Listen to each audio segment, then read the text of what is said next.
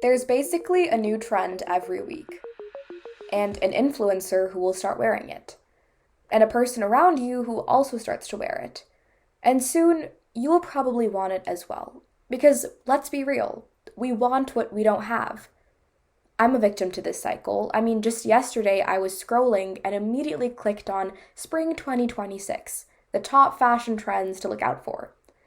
A quick trip to Pinterest, and next thing you know, I'm trying to decide if buying a pair of skinny jeans is really worth it, and if I need to be adding more chic things to my lifestyle.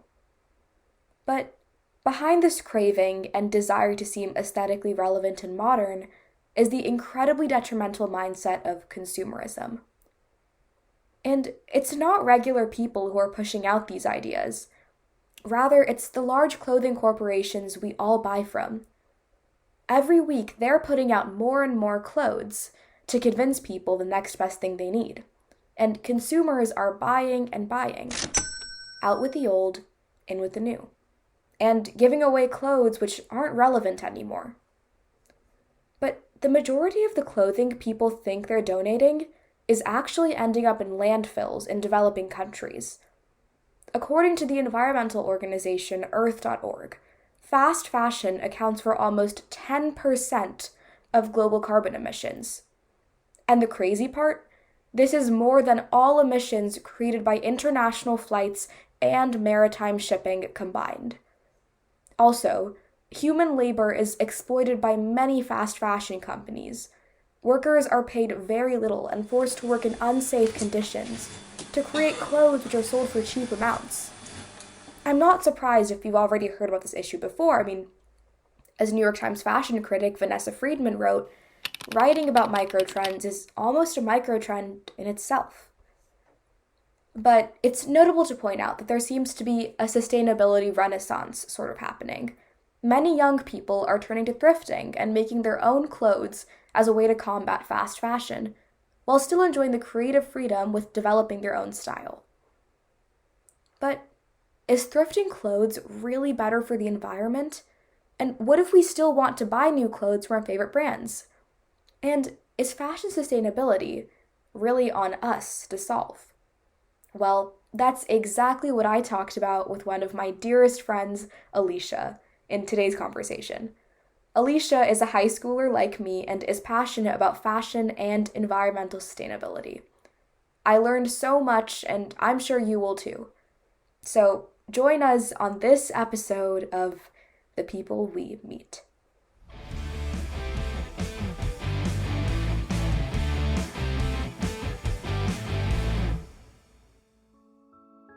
Hi, I'm Laura.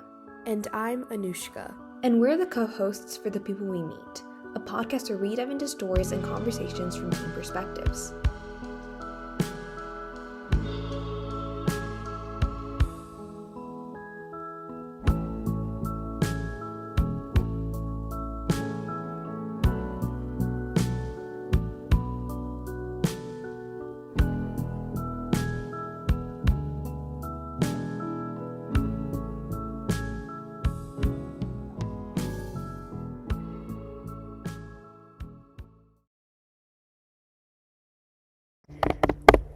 Awesome. Okay, well, thank you so much, Alisha, for joining me today. Thank you, Anushka, for having me. I'm so excited. I'm so excited too. I know we've been friends for so long. Since second grade. Second grade. I know. But I'm so excited to talk about a topic that you seem to be really passionate about, and also which I feel like is super relevant today. Can I just say, I'm the biggest podcast fan. I love your episode on racial preferences while dating. Oh, that was amazing. I love you. that you covered a topic that I hadn't personally heard much about, but it was like super enlightening. Oh, it's amazing. Thank you so much. No, this is the reason we do what we do. So I guess I just want to kind of talk a little bit about what we're going to discuss today. So in terms of the topic, we're going to be talking about fashion sustainability and kind of fast fashion and its impact on, I want to say, culture and also the environment. So can we just start by setting the scene? So can you tell us a little bit about your experiences with fashion And what are some early memories you have about fashion? I think in elementary school, I was super in charge of like just dressing myself every day, and I loved wearing skirts like every single day, no matter what the weather was. I'd wear like these huge skirts. I'd wear bright colors. I loved pattern mixing. I loved wearing bows in my hair. So I think fashion was super important to my like self-identity and self-expression. And yeah, now I think in high school I'm more focused on trying to survive, so I maybe don't put as much thought into what I'm wearing. But yeah, I still love fashion and I love dressing up when the occasion calls for it. Yeah, what about you? No, what you just like said unlocked like such nostalgia for me. Yes. I feel like in like elementary school I was like not afraid to like wear the wildest like combinations of colors and patterns. Yes. Like you said, you were a fan of bows. I was a headband person. Yes, I remember that. Every day I would wear a headband to school, and I loved it. I remember I used to have like a lot of like sequins on my t-shirts. Do you remember those flippy t-shirts? Yes. Oh my god, I can't believe it. Yeah, like I mean, people are saying that like 2016 is coming back like this year. And Yes, like, I've heard that. I was like, I was a child in 2016, but still it was so nostalgic. Yeah. Do you remember those cat headbands? The cat headbands? I feel like we all had that phase. Oh my god, the cat headbands and the infinity scarves. Oh my gosh. Oh my god, it was so... yeah, but I think... Are you ready for 2016 to come back? I mean, with the current state of the world, yes. I mean, horrible things also happened in 2016, so, like, maybe not. It's been hell. It's literally been hell. No, I think that people just really want change, and I feel like that's what 2016 was. It was just so, like, such a time of change, and I feel like that's what people really are craving right now. I feel like 2016 was the girl boss era. Yeah. In like media and literature and all these things, and I feel like we've kind of regressed back into a more like conservative idea of what women should be. Sorry, this is so off topic. No, oh my god. Yes. I don't know. I wonder if it'll swing back into that more like girl boss feminism, like third wave feminism. I don't know if that's gonna come back, but yeah. No, that's such a great way of putting it, I think, because I think that like there was so much of just like reclaiming like your identity in 2016, not being afraid to show who you are. And I feel like that's sort of what we're seeing with also like fashion now, is like self-expression is becoming so much more unique, and like people are starting to value their own styles in some ways, but at the same time, like with this sort of rise in like I guess like far right ideologies and just sort of like, for example, like the trad wife like thing that blew up over social media. I am curious to see if we're gonna kind of go back to a new form of feminism, if you know what I mean, because I feel like it's constantly evolving. Yes, I think so too, and I'm interested to see how like the trad wife discussion and like how that's going to impact fashion. Yeah. Because I feel like right now where we are in fashion, a lot of like micro trends, which, you know, positive and negative sides to, well, mostly negative. I think what micro trends are doing right now is they're like commodifying personality, because I think like, oh, if you want to fit into a specific niche, you have to buy like 10 items. So I'm curious to see how like conservative ideals will impact this like self-expression in fashion. I wonder if we're gonna start falling into more of like us wearing similar things or dressing in a similar way. I'm interested to see how fashion will evolve. Yeah, totally. No, thank you so much. Yeah, I mean, I was gonna like ask also, with the phenomenon of micro trends, for someone who's never heard of it, how would you explain what a micro trend is? I think micro trends have completely redefined like fashion trend cycles. Earlier, like before social media, what would happen was a celebrity, or like nowadays we'd call like them influencers, they'd wear something and it would slowly trickle down to the public, whether that be like, oh, you see them on a red carpet or you see it in a magazine, and like this trickle down effect would happen like over the course of years. And now with micro trends, like people are so overexposed to specific trends that cycle of things going in and out of fashion has been completely proliferated. So Yeah, some examples of microtrends I can think of are the Trader Joe's bags. I don't know if you've heard of that phenomenon. Yes, oh my god, I know the mini ones became like huge. So popular, and people would line up like outside of Trader Joe's for those bags, which I find so absurd. Maybe Labubu's. Labubu's, yeah. Yes. And then just different like packaging of similar trends. Like I've heard of Tomato Girl or Blueberry Girl. Early 2020s, I feel like it was more cottagecore. Like that was the aesthetic that was really popular. But yeah, microtrends are just trends that come up from like a really fast trend cycle because of social media. Yeah, I mean, that's a perfect way of putting it. I know it's really fascinating to see how, like, I think since 2020, a lot of, I guess, aesthetics have become associated with microtrends. Like, you'll see, like, core put after every word. Like, tomato girl core, or, like, cottage core. Or, like, I know that the indie aesthetic was really popular, too. I mean, I myself am a victim of that. I was obsessed with it in 2019. But it was only cool if, like, white girls wore, like, Indian trends. Yes, exactly. I was reading this New York Times article the other day by this fashion analyst, and she was saying that she brought up a really good point, is that talking about micro trends has become a micro trend in itself. A lot of sort of the content we're seeing put about like fashion sustainability and also just like talking about fashion in general has been geared towards like, what is a micro trend? Like, how are they impacting the environment? How are they impacting fashion? And that's sort of been, I guess, like a short-lived burst of fashion media in a sense. Yeah. I don't know if I necessarily agree with it because I don't think that talking about micro trends will ever like be irrelevant, if you know what I mean. But I do see her point in the sense that like sort of the things we're talking about in media also go through trends of their own. And that kind of reminds me, like, I think underconsumption core was trending recently, but the idea of consuming less just to post about it, like, that in itself has become a trend that will one day go out of fashion, and then overconsumption core will be in fashion, and it's, like, I think sustainability has been repackaged as a trend in of itself. Yes. Oh my god. It's so funny you say that, because, like, I mean, like, growing up, like, my grandma would, like, you know, like, take containers which, you know, were for other things, and she would, like, reuse them. And that was just, like, a basic way of life. But now it's become, like, an eco-friendly thing to do, or, like, a trendy thing to do. And these are practices which have been in place for so many years, but people actually used to be made fun of because it's like, oh my god, like, you're poor for doing that, and things like that.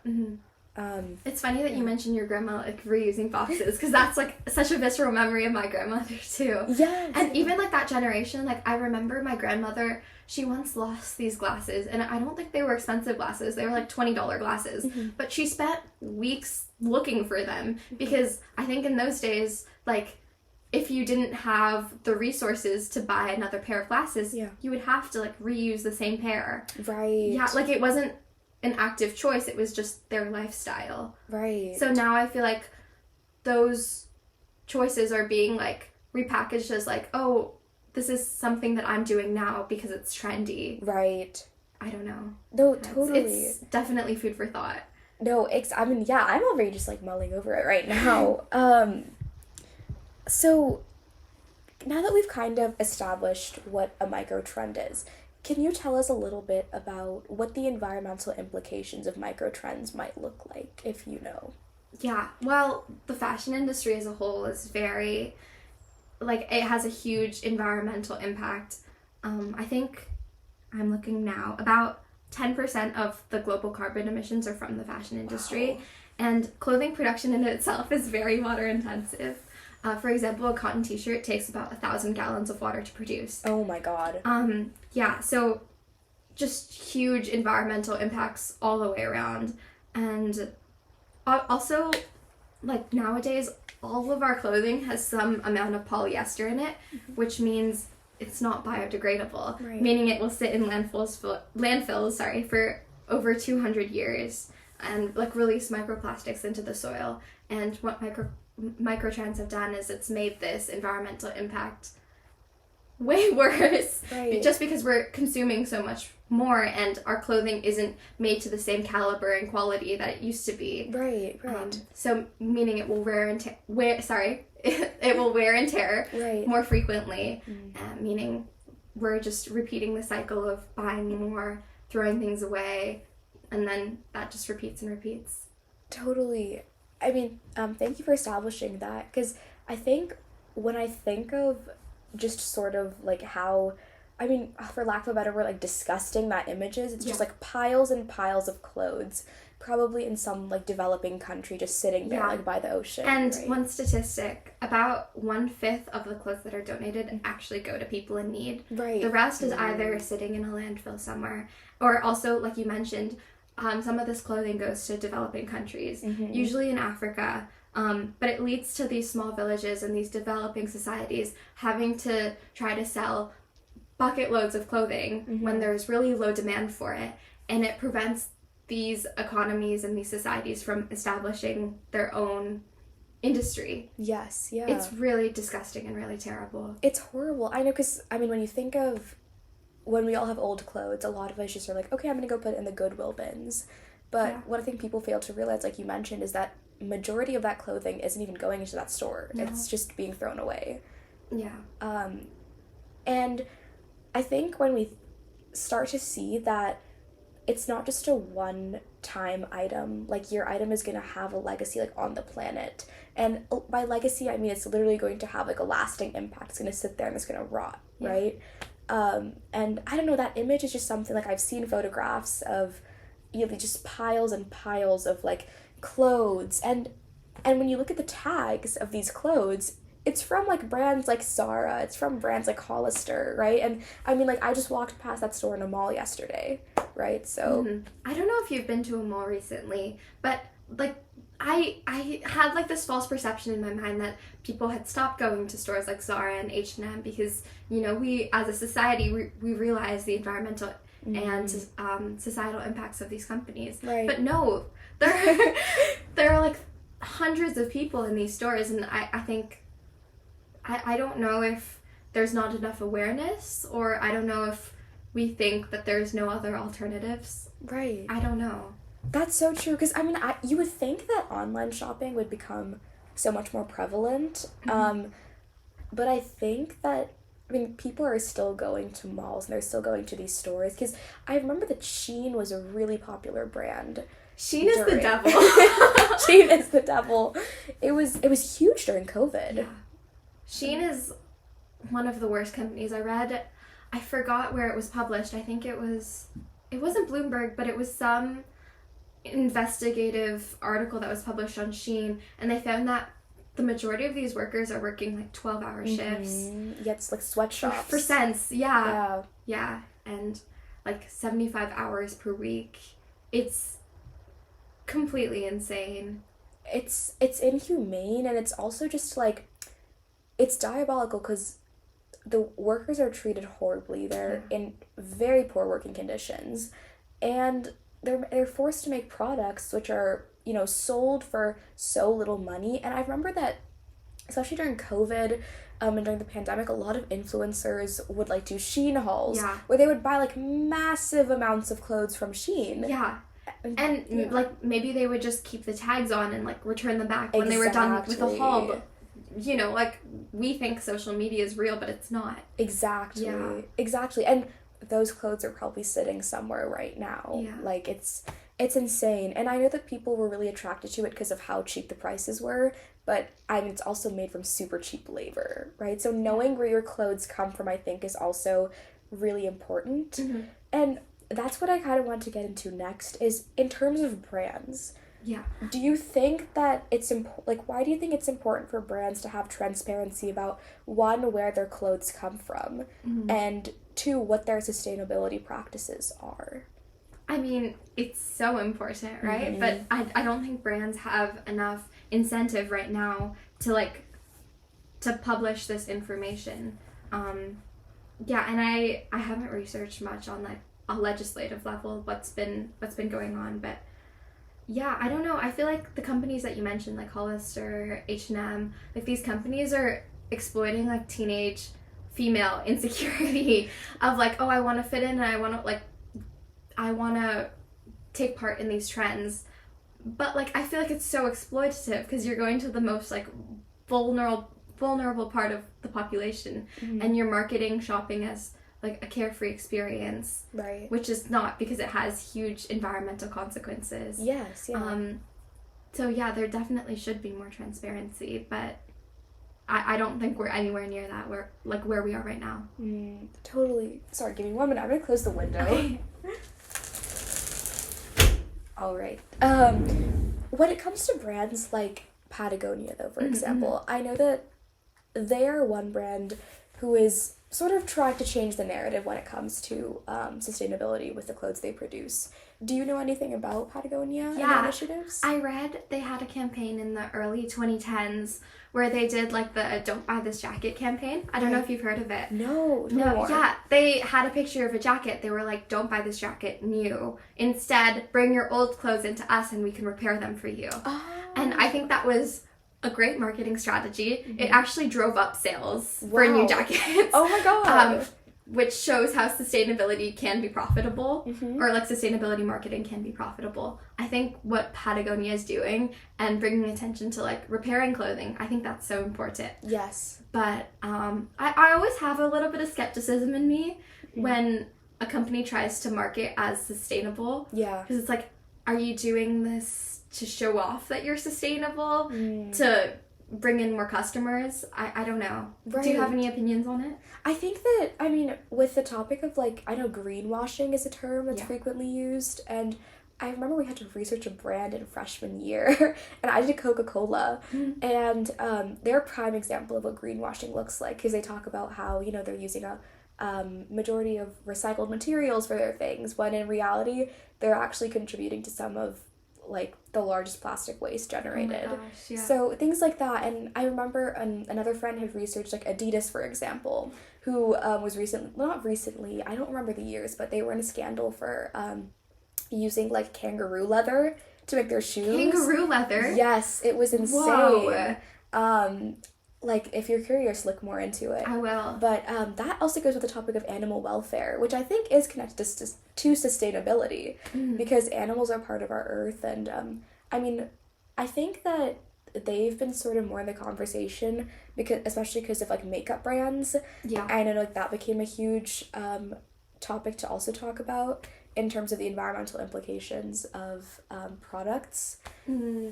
I think one environmental implication of like animal welfare, I mean, it's definitely shifted fashion from real leather to faux leather. Yes. The problem with faux leather is it's plastic. Yes. Which is non-biodegradable, which will last for hundreds of years. Yeah. So, you know, it's definitely a pro that we're talking about animals like sustainability and welfare, but like I think the conversation needs to be like more well-rounded and thinking about every implication on the environment and animals and what materials are we producing. Yes. Yeah. No, thank you for bringing that up. I think I read this book, I forgot the author's name, but it's called Total Garbage, and it's basically about how microplastics are in everything. Yeah. They're probably in our like guts right now. Probably. At this point, I remember there was a statistic in the book which said something like you eat the equivalent of about 1 credit card per week of microplastics. Wow. It's insane. It's in our water. It's in the clothes we wear. It's in the air we breathe. It's everywhere. And I think when you talk about like animal leather versus faux leather, it's like amazing. We're not killing animals for profit anymore, but at what cost? At what right? cost, yes. And I think when we come to talk about brands like Hollister, like American Eagle, I mean, I'm wearing a pair of American Eagle pants right now, right? And so, I mean, I want to say that I'm the person who's like, I care about sustainability and, you know, I want to be, and I'm doing all these things to help the environment, but at the same time, I'm like, I'm just as guilty of this as much as anyone else. because we live in this society, we're all going to contribute to the issue. Right. And, like, we're both going to buy new clothes at some point. Yeah. We can't escape it. Like, we're going to have an occasion where we're going to need to buy something new. Yeah. And, like, recognizing that, like, it's okay. We're not going to be 100%, like, perfect people. But I think we both do try to make choices that limits our environmental impact. Yes, yeah. No, totally. I wanted to ask you specifically. Yeah. So many teens shop at places like H&M, like Hollister, like Garage. Do you know? I know Garage. Garage. Yeah. And Brandy Melville. Oh and my gosh. I want to get into a little bit about Brandy Melville. Brandy Melville. I could say so many things. I think, have you heard of their, like, they only sell one size? Yes, the one size fits all policy. I'm sorry, God. what? That was the huge thing that they promoted. It's like, oh, we have one size, but it's one size fits all, which makes absolutely no sense. And it's an extra small, right? It's an extra small, yeah. I think what that does is it turns, like, a clothing size into a status symbol. Like, oh, I can fit into Brandy Melville. Yes. So disgusting on so many levels. Oh my god. And also, did you hear about the documentary they made about it? I watched it. Oh my god, wait, I have not. So tell me what you thought about it. No, I don't remember much about it. It was good. I think the owner is really, like, I do not want to support her. For context, Alisha is, like, going, like, no, like, under her neck with her head. Oh, right, I forgot we're not being recorded. We're not being, like, video recorded, yeah. I feel like it could have gone even more in depth. But I think it's a great place to start if you're curious about, like, any fast fashion company, because I think the practices that Brandy Melville has been, like, instating, it's so prevalent in almost any fast fashion company. It's not only Brandy Melville, but it's 100 other fast fashion companies. I see. Whether that be, like, Zara or H&M, American Eagle, like, the list goes on and on, Uniqlo. Yeah. Yeah. It's really hard not to buy fast fashion these days. Exactly, yeah. I think there are so few actually sustainable fashion companies. So we were talking about Brandy Melville, and so I knew the documentary covered issues in terms of, like, exploitation of the models and things like that. But I think what's crazy is that I remember so many, like, students and teens were talking about it, but so many people still shop at Brandy Melville. Yeah. Like, I mean, what do you think about that? I just think it's like, come on, like, really? Like... Yeah, I honestly don't know, because I feel like my friend group, like, we as a whole, I feel like we're pretty knowledgeable and aware of social issues and what's happening. Right. I really don't know if it's, like, maybe people aren't as educated or aware. Do you think most, like, teen girls know about Brandy Melville and fast fashion as a whole? I would say yes, just because I think that it's also a topic that's covered a lot on social media, I feel like, by, like, influencers who kind of make their whole thing about talking about sustainable fashion or, like, pop culture. But at the same time, I think that if you want to be relevant, if that matters to you about, like, with style these days, I can see why you would want to shop at a place like Brandy Melville. And also, I think that some people would consider the argument that, like, we should be focusing on blaming it on the producer and not necessarily the consumer in some ways. And, like, by that I mean, and I'm not saying that I agree with that mentality, but I think it's, like, this is not a good comparison. Wait, actually kind of. Like, when it comes to, for example, a lot of things with climate change, people try to tell you, like, recycle, like, that's gonna save the world, and, like, at this point, I think we've come to a point where the environment is at a rate where all of us recycling isn't going to make as much of a huge difference, and instead we could be focusing on things like electing officials who do care about climate change and who want to address it through legislation, or turning the focus on these corporations and seeing what limitations we can put on them. But I don't know, I think that, because, I mean, most of these, like, mainstream clothing brands catered to teens are all producers of clothing waste. And so I don't know how, like, someone would escape it. I understand that mentality for, like, climate change, because I do think, like, the effect that corporations have on the environment is so much more than, like, us as individuals. But I think for fashion, I think it's primarily consumer based. Like, if we reduce demand, I think we can have a huge impact on the environmental impact of, like, fast fashion. Well, yeah. I think that's so valid because producers produce what they think consumers want, right? Supply and demand. Exactly. Thank you, supply and demand. And I think with fashion is one of those things that you constantly want more and more of because you want to try new things, you want to keep up with what's new and what's fresh. And right? it's very heavily marketed towards us. Yes. Oh my gosh. I mean this in, like, the most respectful way possible, but I think I've seen so much copy and paste when it comes to clothes in, like, just, like, the people around me, and it makes me think that it's, like, this cycle that people want to keep up with. It's like every week if one person wears something, the next week everyone will want to wear that too, if you know what I mean. Yeah, like we were talking about microtrends.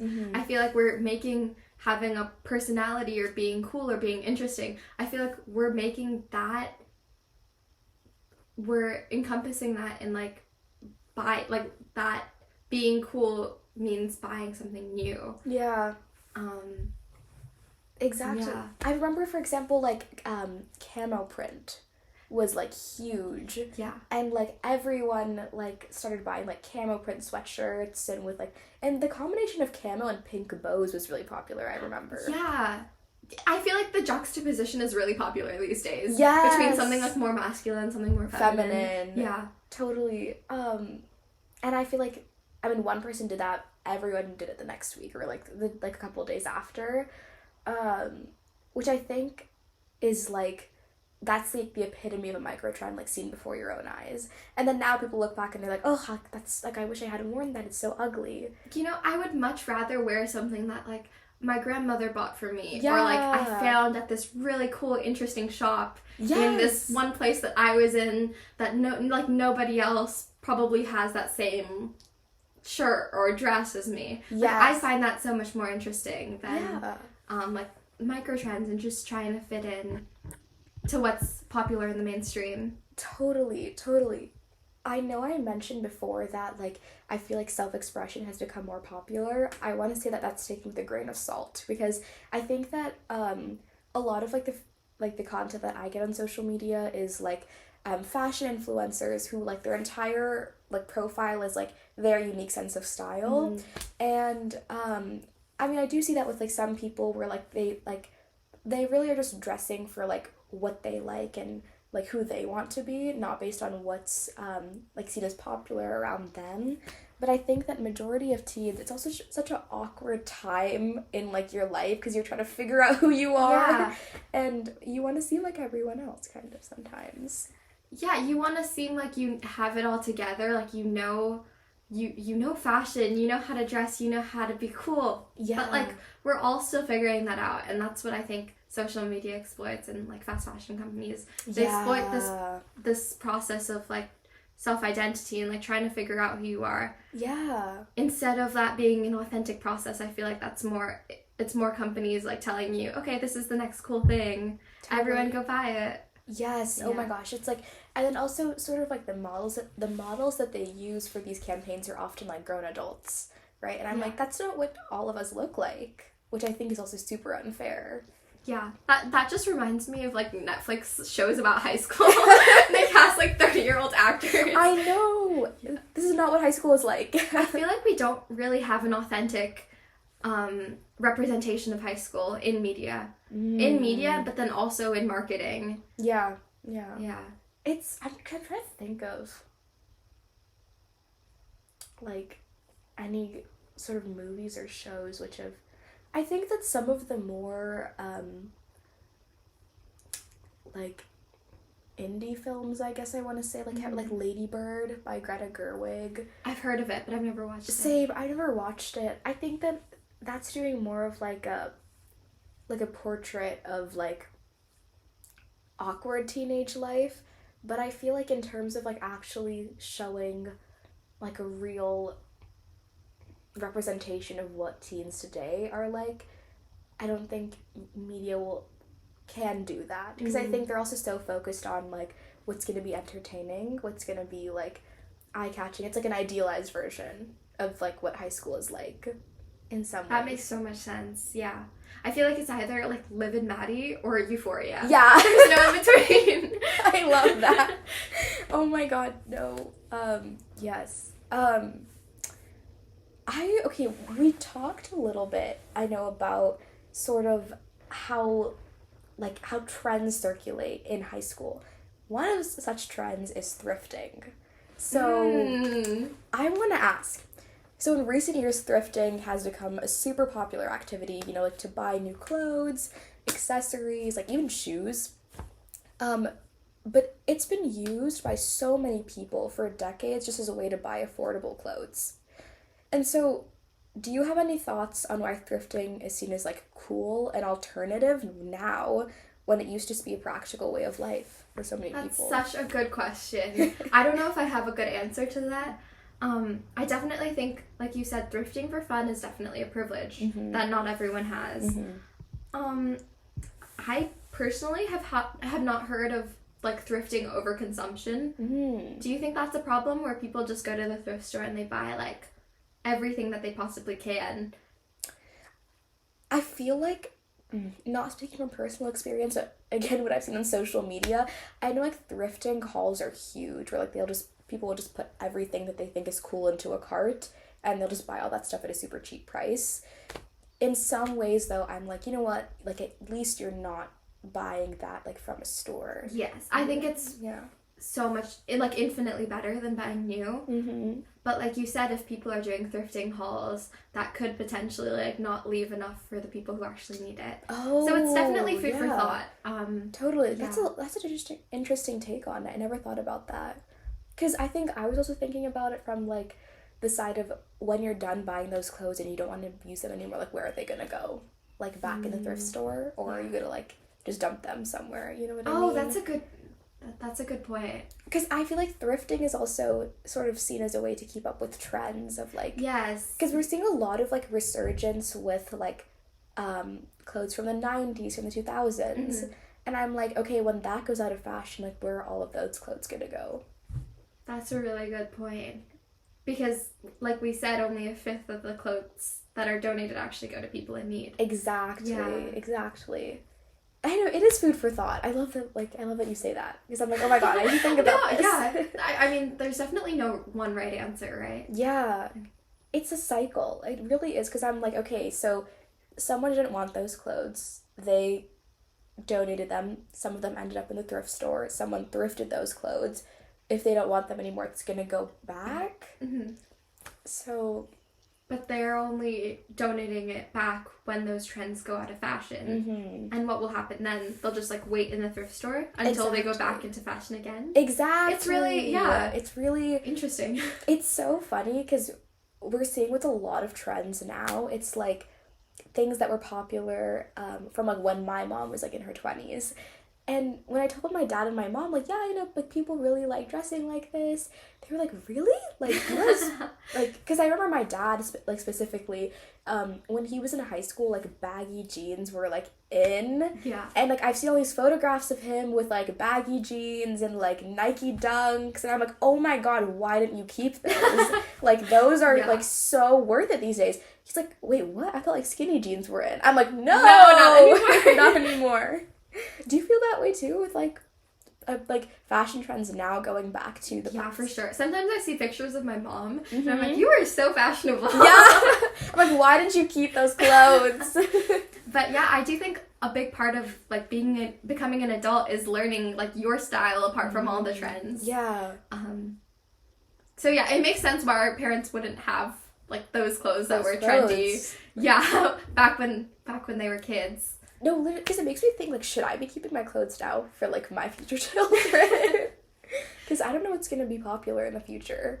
Or Who knows? who knows? I know, honestly, like, after this microtrend stuff, like, I wonder if trend cycles are gonna stay the same. Because I've heard online that, like, trend cycles, they used to be 20 years, and they're now, like, they're shortening to 10 years. Oh, Yeah. that's fascinating. Wait. That is, because I've heard, like, things from the 2010s are coming back into style. Yeah. But, like, earlier in the 2020s, it was the 2000s. So people are definitely saying that the trend cycle is shortening. Right. So I don't know, is it going to keep on shortening, like, in the future? Yeah. I really don't know what's going to happen to trends in the trend cycle. Yes. And also the way that people are finding out about trends, I feel like. Because with teenagers, I feel like it's all through social media, to be honest. Because we don't get, like, magazine catalogs anymore. And like you said, it used to be like a celebrity would wear it, and then people would be like, oh my gosh, like, that's so cute, I'm gonna wear it now. But now it's like, if influencers do it, Pinterest is huge. Yes. That's really fascinating to think. I wonder if it's gonna get even shorter than 10 years. Yeah, because, like, TikTok, you're scrolling and you're just seeing the same item, like, over and over, like, different people wearing it. Yeah. Like, your brain is gonna get overexposed to it a lot faster Yes. than, like, say, seeing a celebrity wear it or seeing people wear it on the street. Right. Do you feel like people still get fashion inspiration from celebrities, though?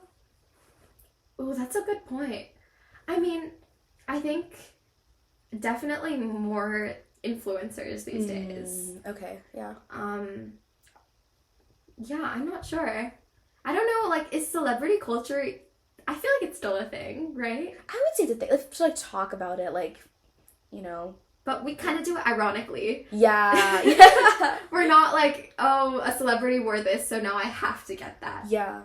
I think it has shifted to influencers being our main source of what's cool and what's not. Totally. And also, like, especially, like, influencers who are, like, catered to a certain aesthetic, when you just, I think, like, just seeing someone wear something, that in itself is already like, ooh, maybe I should do that. Yeah. Instead of them explicitly being like, this is my, like, you should wear this because I'm wearing it, you know, like, things like that. Because I know, like, I mean, also the whole performative male thing. Oh my god. Oh, wait, do you have thoughts on that? I have thoughts on it.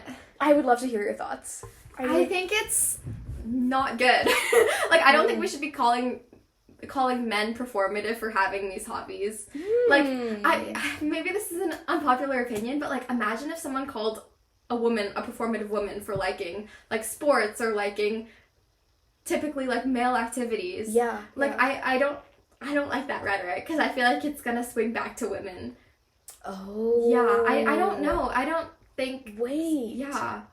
Wait, what are your thoughts? Oh my god, that is such a valid point. I think, okay, because when I think of performative male, I think of it as, like, an insult for someone who's trying to be a certain way when, like, it's not actually who they are, if that makes sense. Because I know, like, in skating culture, they have, like, poser, is like the word for it, right? Yeah. And I feel like I find it funny if, like, a guy isn't actually reading feminist literature because he doesn't want to read it. Yeah, no, there are definitely some points where, like, I can see that. Like, that makes sense. But, like, drinking matcha, like, if you want to drink a matcha, like, drink a matcha. But I just think like, it's so hard to judge someone, like, what if they actually like those hobbies? Yeah. Yeah. Like, what if you want to wear wired headphones? Like, okay, good like, for you. Yeah, do it.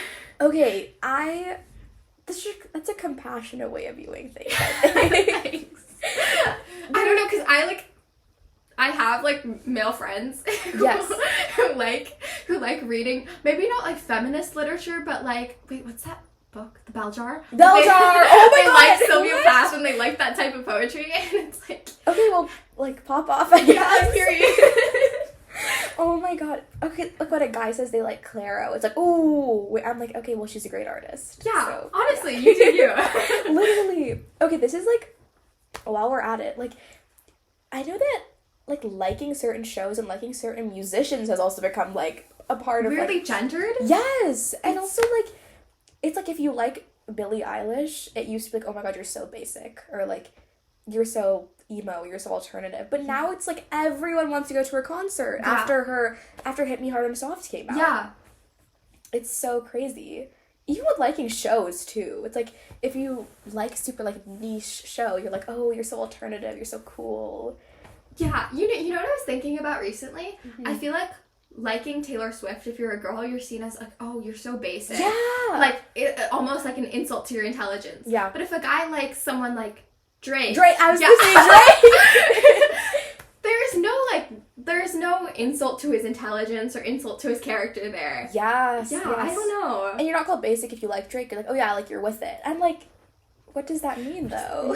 Yeah, I feel like the word basic is like thrown around specifically to women. Yeah. Or like majority to women. Yes. Yeah. Yeah. It's like if you like Taylor Swift, if you like Sabrina Carpenter, Olivia Rodrigo. Well, I think with Sabrina and Olivia though, because of like, I don't know, I feel like that became also like a huge thing in itself because like the huge tours that they did, and I think more people were like, oh god, how do I say this? I guess accepting of the fact if you liked them. Yeah, maybe because they're like younger, they're newer in the cultural zeitgeist. Yeah, totally. I think with Sabrina specifically, it's because like her entire like persona shifted in the past like 3 years because she went from like Disney Channel star to like, I mean, she had a couple hit songs in like the 2017. Yeah, but she did this huge like rebrand. Yes, and it worked for her. It worked really well. It did, yeah. But like, just in terms of like your experience though with like learning to like love what you like, whether it's clothes, music, movies, whatever it is, like how have you sort of started to practice that? How have you like learned to be authentic? I think I'm a work in progress. I love that. Yeah, I don't know, because like I go to a small school, you know. Like I feel like basically everyone in the school knows that I like Taylor Swift. Okay, but I still feel like I have to hide it. Like really? I don't know. Maybe it's like a personal thing that I haven't like fully grappled with or accepted, but I'm definitely a work in progress. Oh, yeah. Everyone is, I think. Yeah. What about you? That's a great question. I think that, okay, weirdly enough, in middle school, I was so much more comfortable with, like, expressing myself through my style, I think. And I think you had the best style. Thank you. You had, like, the, like, Indian-inspired shirts and the pattern. Yes! Like, it was amazing. I was super into it. I mean, I would wear, like, I would do ring stacks, I would wear, like, ear cuffs, I would wear, like, Indian cotton blouses, and like I would like layer it with like Western clothes. I was super into it, and then I don't know, when I came into high school, I just like completely shifted, and I think it was partly because I think freshman year was a really hard adjustment for me because our middle school is pretty small, and our like my high school is huge. Yeah, it's like 2,200 kids, and it was a difficult adjustment, I think, early on because I was like, oh my god, I just want to fit in with everyone else. And so I changed my style a lot. And honestly, I think the change is good. I mean, when people are like, oh, you've changed, I'm like, yeah, we're supposed to. Yeah, that is the most human thing. Exactly. And I think, okay, with high school also, like, part of it is just practicality. Like, I'm like, I don't have the energy to look good. On the math test. Yes, or like I'm focusing on like just sleeping in. Yeah, honestly. Like, and I think in middle school, I wasn't, I mean, it's weird because I feel like people often associate middle school with like, oh, I was so awkward, I was so shy. I don't know, I was more confident in middle school, I feel like, in some ways. Yeah. And I started to become more shy about my style, I feel like, especially freshman year. Sophomore year, I think sophomore year was also just like academically challenging, so I just would like pull up in sweats every day. Yeah. This year, oddly enough, I feel like I've really started to like experiment again. That's nice. How do you feel about like experimenting again? Yeah, great question. I don't know. I think I just realized like, you know what? Like it's my life and I really like the way that this looks and I want to wear it like this now. You know what I mean? It's like for me also comfort has become huge. Like I'm really into purchasing. I think my philosophy is I want to buy a pair of pants that I can wear for the next 10 years. Yeah. Right? Like, I mean, I have this sweater which I've had since 5th grade and I still wear it. Like every day. So like things like that. Do you feel like you have a similar attitude towards clothes? For sure. I'm more into checking like, oh, like what fabric is this made out of? Will this last? Oh, yeah. not always. I'm not a perfect person, but I do definitely see if like, oh, are the seams well made? Does it look like it's unraveling? You know? Yeah. I have the same mentality as you, where I want to buy something that I can wear for 10 years. Yes. No, I think that's a great way of thinking, because you're like shopping for something that's gonna last you for a long time, not forever, but for a long time. Yeah, no. I think that's how shopping should be. Do you make your own clothes? No, I have like taken in some seams Ooh, before. okay. I think sewing is a really important skill, and I'm no means a great sewer, but like You're trying. Yeah. I'm trying. What about you? Oh, I cannot sew, I think. I've tried it before, and I'm not a very, like, hands-on crafty person, but I love styling. Like, Yes. Before I go to bed every day, my way of de-stressing is picking my outfit for the next day. Oh, I love that. It's so funny. Like, I will lay out all my clothes on my bed, and I'll be like, okay, look, if I did this, what would I do it with? It's so bad that, like, when I'm in class, I think about it, too. Like, I'm like... I love that. Wait, and then you have your outfit for the next morning. Yes, so I wish I was organized. that organized. Dude, I should be that way more about my schoolwork, honestly. Like, I should be getting my homework done, which is due the next day. Well, When I'm picking priorities. Yeah, priorities, I guess. I think also for me, I know you mentioned, like, we both know that I used to really love, like, textiles and, like, Indian prints and, like, cotton clothes, because my grandma would design clothes for me. I never knew that. Yes. So oh my gosh. the majority of my closet is actually, like, blouses, which we would go to, whenever I go to India, she would pick fabrics, and we would go to markets, or she would have fabrics that, from her old clothes, and she has a tailor, and she would like take my measurements, and she would sketch out designs, and we would collaborate, and we would have clothes made. I love creating clothes in India. Yes, it's so much easier there too, also. Because it's made for you exactly. Like your measurements. Exactly. And it's made from materials which are like, you know, pure cotton, or like from old clothes from your family. And I think, so for me, I grew up with that mentality. I was like, oh yeah, it's normal to have like clothes that are repurposed or made to fit you. But I've lost that since I haven't been able to go back as much. I think it's so great that you had like a sentimental connection to your clothes.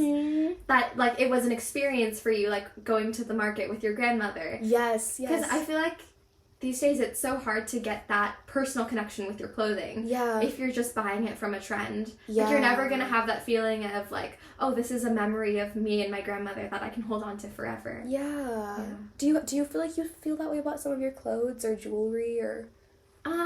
Definitely I have some jewelry from both my grandmothers. I know, like, we're both Indian. Yes. Jewelry is such an important part of our culture, and passing down jewelry is really important. Yeah. So that's definitely where I feel really connected to my culture. And earrings, too. Earrings, Yeah. yes. Oh my gosh, for sure. No, I think I really want to start wearing more of the blouses that I used to wear in middle school these days. Because I'm like, oh my god, like, my grandma had these made for me, and she had them tailored for me. And, I mean, her artistic visions are amazing, and she also taught me to have a good eye for style. And I'm like, I want to start wearing them again, because, like, it makes me feel close to her, and also because they're pretty. Aww. You're so lucky that you can, like, fit into Oh, clothes yeah. from that era. We'll see if I still do. Oh my god, because I haven't grown vertically. I'll say that. I'm 5 foot, guys, and and you're proud of it. and I'm proud of it. Do you have any thoughts? Kind of a more fun question. Do you have any fun thoughts about trends which you think are going to be popular in 2026? You know, what I wrote down was I want repairing to come back into fashion. And people, like, saying, oh, I'm gonna fix a button that fell off, or, like, I'm gonna alter this. I feel like that would be really fun to see come back. Yes, yeah. As for fashion trends, I mean, having this whole discussion about, like, individuality, I don't think there are any trends that I'd want to come back. I see what you mean, yeah. Off with the trends. Off with the trends, on with the individuality. What about you, Nishi? Ooh, oh my god, great question. I'm at a loss for, like, trends I want to see. Like, I feel like I don't think like that. Like, I'm not, like, I can't think of, like, oh, I want this, like, style, like, this shoe to come back. I think probably just more, I think less of, like, the whole, like, Okay, you know what? What I want to see come back is wear what you want to wear. Yes! Like, you don't need an excuse to buy clothes which you like. Like, if you like clothes from the 80s, if you like clothes from, like, the 2010s, like, wear it. No one's stopping you from wearing it. You know what I mean? I love that. That's the trend that I want to come back. And wear your clothes for years to come. Yes, and invest in, like... In good pieces. And good pieces. And I totally understand if it's, like, if you have, like, financial needs. Because, like, I mean, I think I had a pretty big, like, scarcity mindset, so, like, I don't want to spend so much money on clothes. That's why I think thrifting is a great idea to try. Or maybe even, like, going to, like, if you're, like, in a different country, maybe, like, buying clothes from there. Like, things like and that. supporting the local market. Yes, exactly. I want to mention there's a website called Good On You. Okay. Have you ever checked it out? I think everyone should. Okay. It's a website that rates fashion company sustainability, and I think it's a great resource to have if you don't want to, like, research for hours and hours, like,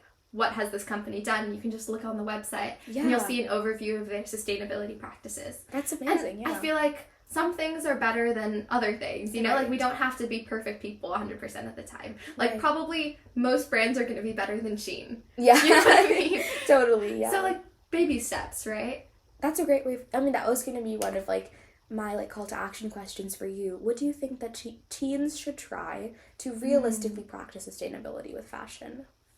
I think awareness is a great first step. So I think what can be really helpful is having a note on your phone that says, like, okay, these are my yearly fashion purchases, and just writing down, like, every purchase that you've made this year. Yeah. And I think having that and like having a resource for you to look at, like, these are all the things that I bought. You're not directly doing something, but subconsciously, I think, like, reflection is really important. Beautiful. Yeah. Oh my god, I love that. I'm gonna try that this year too. Oh my god. So you should let me know how it goes. Yes. Wait, have you tried that? Yes. Yeah, I do keep track of, like, what I've purchased, and I think. Sorry, this is kind of a tangent, but I think my mother is super into sustainability, just in every facet of her life, and, like, really practicing underconsumption and being mindful of the purchases we've made. And I think my mom has really helped me in realizing that clothing is not the only way, or is not a one way to happiness. Oh, I love that. Yeah.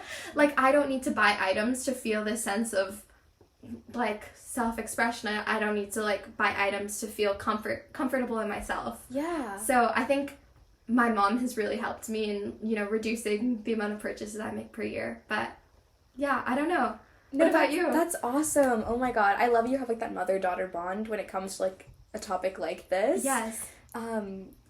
For me, I think same with, like, my parents probably. My brother, I know that, like, he got into thrifting a lot. And I think that for me, like, my mom and my dad, like, they've had, like, the same winter coat, for example, for, like, the past 20 years, right? Or they've had the same, like, boots for the past, like, 10 years.